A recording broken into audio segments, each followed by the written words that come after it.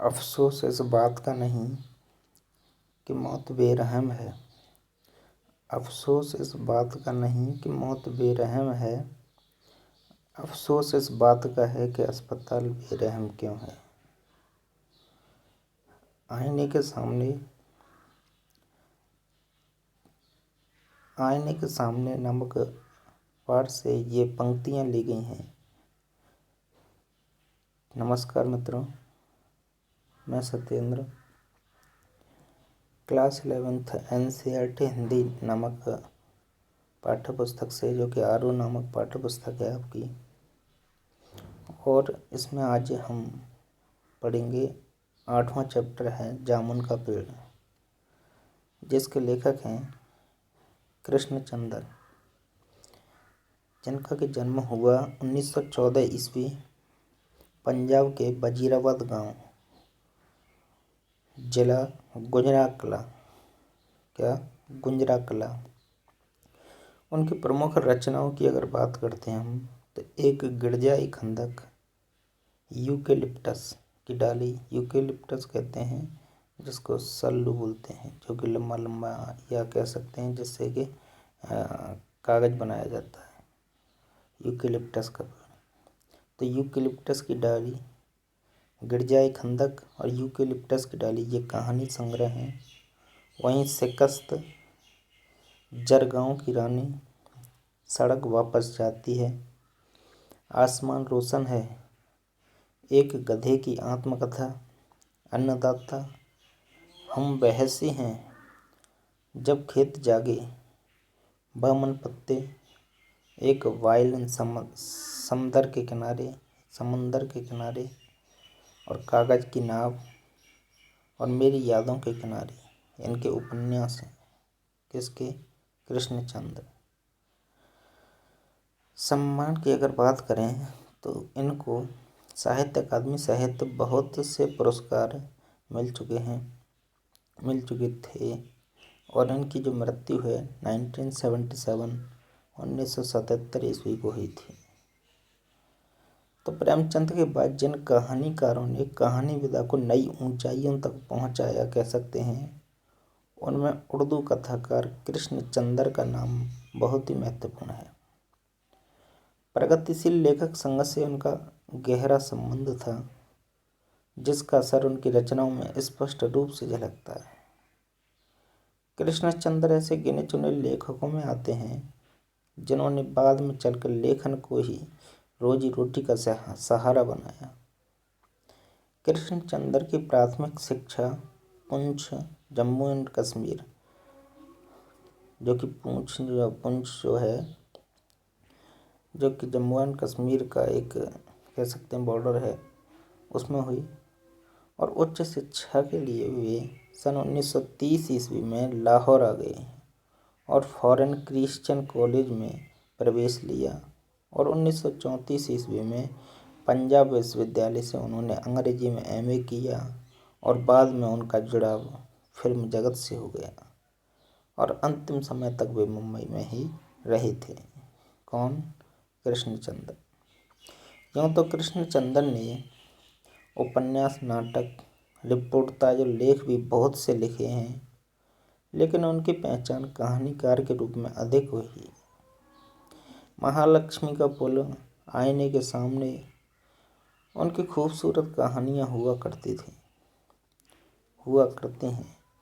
उनकी लोकप्रियता इस कारण भी है कि वे काव्यात्मक रोमानियत और शैली की विविधता के कारण अलग मुकाम बनाते हैं, अर्थात अपनी एक काव्य कला को लेकर के, और काव्य कला में जो रोमानियत और शैली थी, उनकी जो लिखने का ढंग था, उसको लेकर के उन्होंने क्या, अपनी एक अलग जगह बनाई।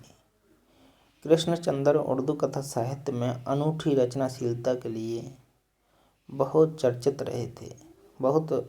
में रहे थे। वे प्रगतिशील और यथार्थवादी नज़रिए से लिखे जाने वाले साहित्य के पक्षधर थे। किसके? प्रगतिशील और यथार्थवादी नज़रिए से अगर उनको देखें तो साहित्य के जाने माने लिखे जाने वाले साहित्य के वो पक्षधर हुआ करते थे, कह सकते हैं।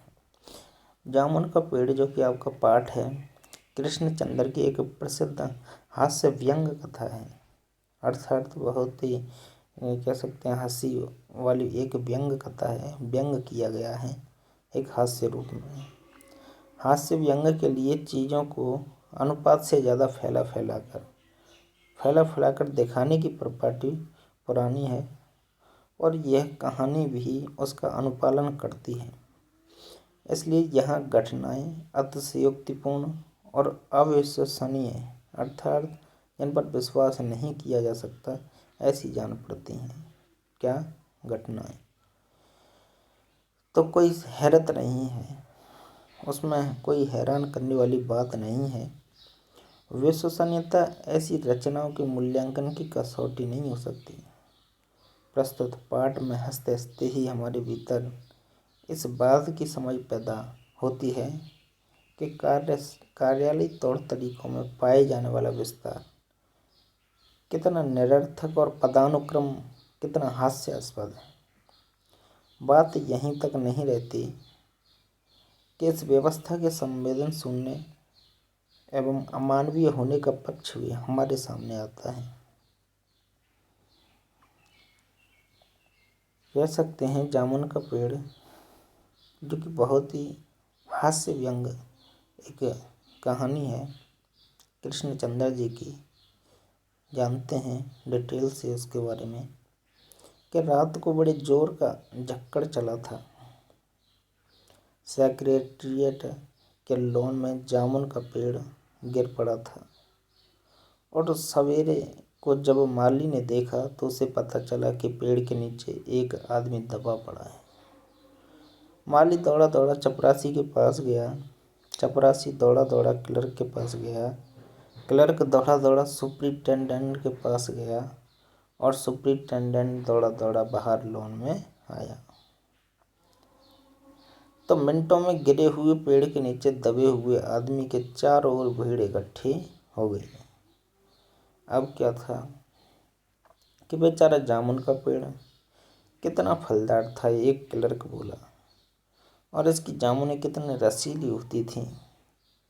वहीं दूसरा क्लर्क याद करते हुए बोला, मैं फलों के मौसम में झोली भर कर ले जाता था, मेरे बच्चे इसकी जामुनें इतनी खुशी से खाते थे कि तीसरा क्लर्क लगभग रोआसा सा होकर बोला, अर्थात एक रोनी सी शक्ल में, कि मगर यह आदमी? माली ने दबे हुए आदमी की तरफ इशारा किया। हाँ, यह आदमी। सुपरिटेंडेंट सोच में पड़ गया, पता नहीं जिंदा है कि मर गया। एक चपरासी ने पूछा, मर गया होगा, इतना भारी पेड़ जिसकी पीठ पर गिरे वह बच कैसे सकता है? दूसरा चपरासी बोला, नहीं मैं जिंदा हूँ। दूसरा चपरासी बोला, नहीं मैं जिंदा हूँ। दबे हुए आदमी ने बड़ी कठिनता से कराहते हुए कहा, जिंदा है। एक क्लर्क ने ताज्जुब से कहा, पेड़ को हटाकर इसे जल्दी से निकाल लेना चाहिए। माली ने सुझाव दिया। मुश्किल मालूम होता है, एक सुस्त कामचोर और मोटा चपरासी बोला। पेड़ का तना बहुत भारी और वजनी है, क्या मुश्किल है? माली बोला, अगर सुपरिटेंडेंट साहब हुक्म दें तो अभी 15-20 माली चपरासी क्लर्क लगाकर पेड़ के नीचे से दबे हुए आदमी को निकाला जा सकता है। माली ठीक कहता है। बहुत से क्लर्क एक साथ बोल पड़े, लगाओ जोर, हम तैयार हैं। एक साथ बहुत से लोग पेड़ को उठाने को तैयार हो गए। ठहरो, सुपरिटेंडेंट बोला, मैं अंडर सेक्रेटरी से पूछ रहा हूँ। सुपरिटेंडेंट अंडर सेक्रेटरी के पास गया, अंडर सेक्रेटरी डिप्टी सेक्रेटरी के पास गया, और डिप्टी जो सेक्रेटरी था जॉइंट सेक्रेटरी के पास गया। किस लिए? कि उस जामुन के पेड़ के नीचे जो चपरासी दबा पड़ा था उसको निकालने के बारे में पूछने के लिए। जॉइंट सेक्रेटरी चीफ सेक्रेटरी के पास गया, और चीफ सेक्रेटरी मिनिस्टर के पास गया। मिनिस्टर ने चीफ सेक्रेटरी से कुछ कहा, चीफ सेक्रेटरी ने जॉइंट सेक्रेटरी से कुछ कहा और जॉइंट सेक्रेटरी ने डिप्टी सेक्रेटरी से कुछ कहा। फिर डिप्टी सेक्रेटरी ने अंडर सेक्रेटरी से। तो फाइल चलती रही और इसी में आधा दिन बीत गया। दोपहर के खाने पर दबे हुए आदमी के चारों ओर बहुत भीड़ हो गई थी। लोग तरह तरह की बातें कर रहे थे। कुछ मनचले क्लर्कों ने समस्या को खुद ही सुलझाना चाहा। वे हुकूमत के फैसले का इंतजार किए बिना पेड़ को अपने आप हटा देने का निश्चय कर रहे थे। कितने में सुपरिटेंडेंट जो फाइल लिए भागा भागा आया। बोला, हम लोग खुद इस पेड़ को नहीं हटा सकते। हम लोग व्यापार विभाग से संबंधित हैं और यह पेड़ की समस्या है जो कृषि विभाग के अधीन है। मैं इस फाइल को अर्जेंट मार्क करके कृषि विभाग में भेज रहा हूँ। वहाँ से उत्तर आते ही इस पेड़ को हटवा दिया जाएगा। दूसरे दिन कृषि विभाग से उत्तर आया कि पेड़ व्यापार विभाग के लॉन में गिरा है, इसलिए इस पेड़ को हटवाने या न हटवाने की जिम्मेदारी व्यापार विभाग पर पड़ती है। यह उत्तर पढ़कर व्यापार विभाग को गुस्सा आ गया। उन्होंने फौरन लिखा कि पेड़ों को हटवाने या न हटवाने की जिम्मेदारी कृषि विभाग पर लागू होती है। व्यापार विभाग का इससे कोई संबंध ही नहीं है। दूसरे दिन भी फाइल चलती रही। शाम को जवाब आ गया।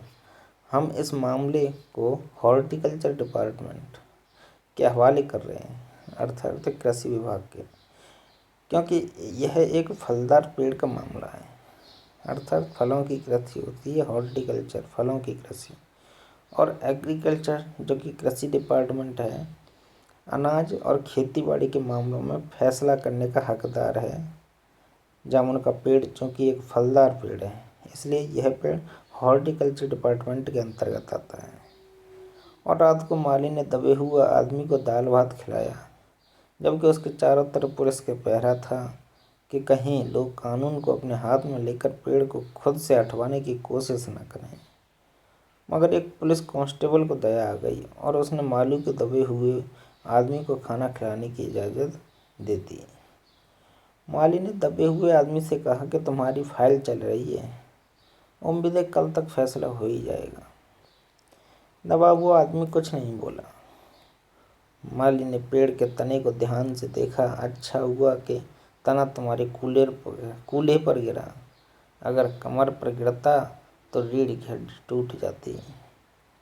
दबा हुआ आदमी फिर भी कुछ नहीं बोला। माली ने कहा कि तुम्हारा यहाँ कोई वारिस है तो मुझे उसका अता पता बताओ, मैं उन्हें खबर देने की कोशिश करूँगा। मैं लावारिस हूँ, दबे हुए आदमी ने बड़ी मुश्किल से कहा। माली खेद प्रकट करता हुआ वहाँ से हट गया। तीसरे दिन हॉर्टिकल्चर डिपार्टमेंट से जवाब आ गया कि बड़ा कड़ा जवाब था और व्यंग्यपूर्ण था। क्या क्या हॉर्टिकल्चर डिपार्टमेंट का सेक्रेटरी साहित्य प्रेमी आदमी जान पड़ता था और उसने लिखा कि आश्चर्य है, इस समय जब हम पेड़ लगाओ स्कीम ऊंचे स्तर पर चला रहे हैं, हमारे देश में ऐसे सरकारी अफसर मौजूद हैं जो पेड़ों को काटने का सुझाव देते हैं, और वह भी एक फलदार पेड़ को, और वह भी जामुन के पेड़ को जिसके फल जनता बड़े चाव से खाती है। हमारा विभाग किसी हालत में इस फलदार वृक्ष को काटने की इजाज़त नहीं दे सकता। अब क्या किया जाए? इस पर एक मनचले ने कहा कि अगर पेड़ काटा नहीं जा सकता तो इस आदमी को तो काट कर निकाल लिया जाए। ये देखिए, उस आदमी ने इशारे से बताया। अगर इस आदमी को ठीक बीच में से यानी धड़ से काटा जाए तो आधा आदमी इधर से निकल आएगा और आधा आदमी उधर से बाहर आ जाएगा और पेड़ वहीं का वहीं रहेगा। मगर इस तरह तो मैं मर जाऊंगा, दबे हुए आदमी ने आपत्ति प्रकट करते हुए कहा। यह भी ठीक कहता है, एक क्लर्क बोला। अब क्या था, आदमी को काटने वाली युक्ति प्रस्तुत करने वाले ने भरपूर विरोध किया। आप जानते नहीं हैं आजकल प्लास्टिक सर्जरी कितनी उन्नति कर चुकी है। मैं तो समझता हूँ अगर इस आदमी को बीच में से काट कर निकाल लिया जाए तो प्लास्टिक सर्जरी से धड़ के स्थान पर इस आदमी को फिर से जोड़ा जा सकता है। इस बार फाइल को मेडिकल डिपार्टमेंट में भेज दिया गया। मेडिकल डिपार्टमेंट फौरन एक्शन लिया और जिस दिन फाइल उनके विभाग में पहुंची उसके दूसरे दिन उन्होंने अपने विभाग का सबसे योग्य प्लास्टिक सर्जन छानबीन के लिए भेज दिया। अब सर्जन के पास पहुंच गए। सर्जन ने दबे हुए आदमी को अच्छी तरह टटोल कर, उसका स्वास्थ्य देखकर, खून का दबाव देखा, नाड़ी की गति को परखा, दिल और फेफड़ों की जांच करके रिपोर्ट भेज दी कि इस आदमी का प्लास्टिक ऑपरेशन तो हो सकता है और ऑपरेशन सफल भी होगा, मगर आदमी मर जाएगा। इसलिए यह फैसला भी रद्द कर दिया गया। रात को माली ने दबे हुए आदमी के मुंह में खिचड़ी डालते हुए उसे बताया कि अब मामला ऊपर चला गया है। सुना है कि कल सेक्रेटेरिएट के सारे सेक्रेटरियों की मीटिंग होगी, उसमें तुम्हारा केस रखा जाएगा। उम्मीद है कि सब काम ठीक हो जाएगा। दबा हुआ आदमी एक आह भरकर धीरे से बोला, ये तो माना कि तगाफुल ना करोगे, लेकिन खाक हो जाएंगे हम तुमको खबर होने तक। अर्थात इसका क्या मतलब है? वह कहने लगा कि ये तो माना कि तगाफुल ना करोगे, लेकिन खाक हो जाएंगे हम तुमको खबर होने तक। तगाफुल का मतलब होता है विलम्ब से, या न कह सकते हैं देरी से, विलम्ब से या देरी से। तो वह कहने लगा कि ये तो माना कि देरी करोगे, लेकिन जब तक हम खाक हो जाएंगे, हम तुमको खबर होने तक, जब तक तुम्हें पता चलेगी, जब तक तो हम राख में मिल चुके होंगे। तो माली ने अचंभे से मुंह में उंगली दबा ली और चकित भाव से बोला, क्या तुम शायर हो? दबे हुए आदमी ने धीरे से सिर हिला दिया। दूसरे दिन माली ने चपरासी को बताया। चपरासी ने क्लर्क को, क्लर्क ने हेड क्लर्क को, और थोड़ी ही देर में सेक्रेटरिएट में यह अफवाह फैल गई कि दबा हुआ आदमी शायर है। बस फिर क्या था, लोगों का झुंड शायर को देखने के लिए उमड़ पड़ा और इसकी चर्चा शहर में फैल गई और शाम तक गली गली से शायर जमा शुरू हो गई। सेक्रेटरिएट का लॉन भांति भांति के कवियों से भर गया और दबे हुए आदमी के चारों ओर कवि सम्मेलन का सा वातावरण उत्पन्न हो गया। सेक्रेटरिएट के कई क्लर्क और अंडर सेक्रेटरी के तक, जिन्हें साहित्य और कविता से लगाव था, रुक गए। कुछ शायर दबे हुए आदमी को अपनी कविताएं और दोहे सुनाने लगे। कई क्लर्क उसको अपनी कविता पर आलोचना करने को मजबूर करने लगे। जब यह पता चला कि दबा हुआ आदमी एक कवि है, तो सेक्रेटरिएट की सब कमेटी ने फैसला किया कि चूंकि दबा हुआ आदमी एक कवि है, इसलिए इस फाइल का संबंध न एग्रीकल्चर डिपार्टमेंट से, न हॉर्टिकल्चर डिपार्टमेंट से, बल्कि सिर्फ कल्चर डिपार्टमेंट से, सांस्कृतिक डिपार्टमेंट, कल्चरल डिपार्टमेंट से अनुरोध किया गया कि जल्द से जल्द मामले का फैसला करके अभागे कवि को इस फलदार पेड़ से छुटकारा दिलाया जाए। फाइल कल्चर डिपार्टमेंट के अनेक विभागों से गुजरती हुई साहित्य अकादमी के सेक्रेटरी के पास पहुंच गई। बेचारा सेक्रेटरी उसी समय अपनी गाड़ी में सवार होकर सेक्रेटरिएट पहुंचा और दबे हुए आदमी से इंटरव्यू लेने लगा। तुम कवि हो? उसने पूछा। उसने कहा, जी हाँ। दबे हुए आदमी ने जवाब दिया। किस उपनाम से शोभित हो? ओस। ओस। सेक्रेटरी जोर से चीखा, क्या तुम वही ओस हो जिसका गद्य संग्रह ओस के फूल अभी हाल ही में प्रकाशित हुआ है? दबे हुए कवि ने हुंकार में सिर हिलाया। क्या तुम हमारी अकादमी के मेंबर हो? सेक्रेटरी ने पूछा। नहीं। तब क्या था आश्चर्य? सेक्रेटरी जोर से चीखा कि इतना बड़ा कवि, ओस के फूल का लेखक, और हमारी अकादमी का मेंबर नहीं है? उफ, कैसी भूल हो गई हमसे। कितना बड़ा कवि और कैसी अंधेरी गुमनामी में दबा पड़ा है। गुमनामी में नहीं, एक पेड़ के नीचे दबा हूँ, कृपया मुझे इस पेड़ के नीचे से निकालिए। अभी बंदोबस्त करता हूँ, सेक्रेटरी फौरन बोला और फौरन उसने अपने विभाग की रिपोर्ट की। दूसरे दिन सेक्रेटरी भागा भागा कवि के पास आया और बोला, मुबारक हो, मिठाई खिलाओ।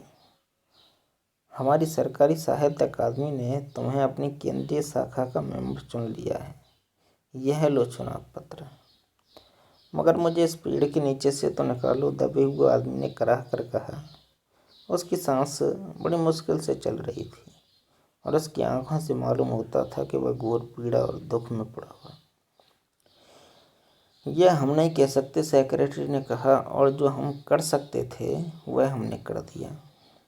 बल्कि हम तो यहाँ तक कर सकते हैं कि अगर तुम मर जाओ तो तुम्हारी बीवी को वजीफा दे सकते हैं। अगर तुम दरख्वास्त करो तो हम यह भी कर सकते हैं, हम वह भी कर सकते हैं। मैं अभी जीवित हूँ। कभी रुक रुक कर बोला, मुझे जिंदा रखो। मुसीबत यह है कि सरकारी साहित्य अकादमी का सेक्रेटरी हाथ मलते हुए बोला, हमारा विभाग सिर्फ कल्चरल से संबंधित है। पेड़ काटने का मामला कलम दबात से नहीं, आरी कुल्हाड़ी से संबंधित है। उसके लिए हमने फॉरेस्ट डिपार्टमेंट को लिख दिया है, अर्जेंट लिखा है।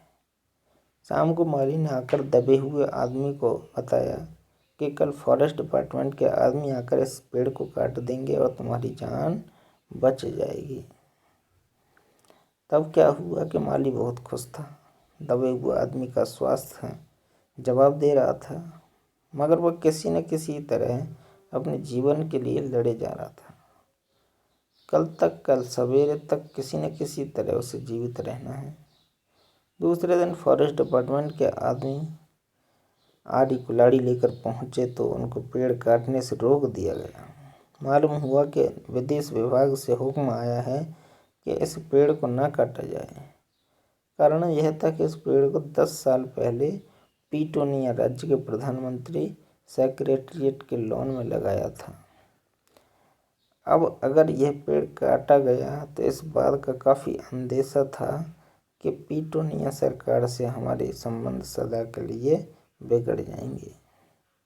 मगर एक आदमी की जान का सवाल है, एक क्लर्क चिल्लाया। दूसरी ओर 2 राज्यों के संबंध का सवाल है। दूसरे क्लर्क ने पहले क्लर्क को समझाया, और यह भी तो समझो कि पीटोनिया सरकार हमारे राज्य को कितनी सहायता देती है।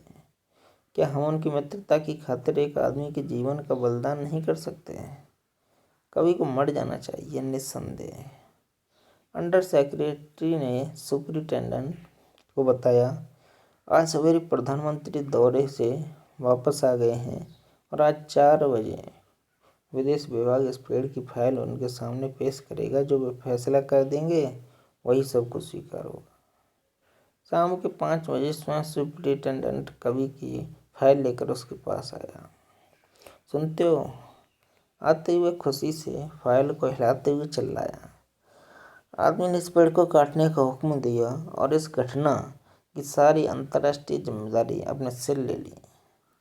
कल यह पेड़ काट दिया जाएगा और तुम इस संकट से छुटकारा हासिल कर लोगे। सुनते हो, आज तुम्हारी फाइल पूर्ण हो गई। मगर कवि का हाथ ठंडा था। आंखों की पुतलियां निर्जीव और चींटियों की एक लंबी भांत उसके मुंह में जा रही थी। उसके जीवन की फाइल भी पूरी हो चुकी थी, अर्थात वह जो व्यक्ति था वह भी मर चुका था। कौन? जो जामुन के पेड़ के नीचे दब चुका था। तो बेचारा जामुन का पेड़ कितना फलदार था और इसकी जामुनें कितनी रसीली होती थी।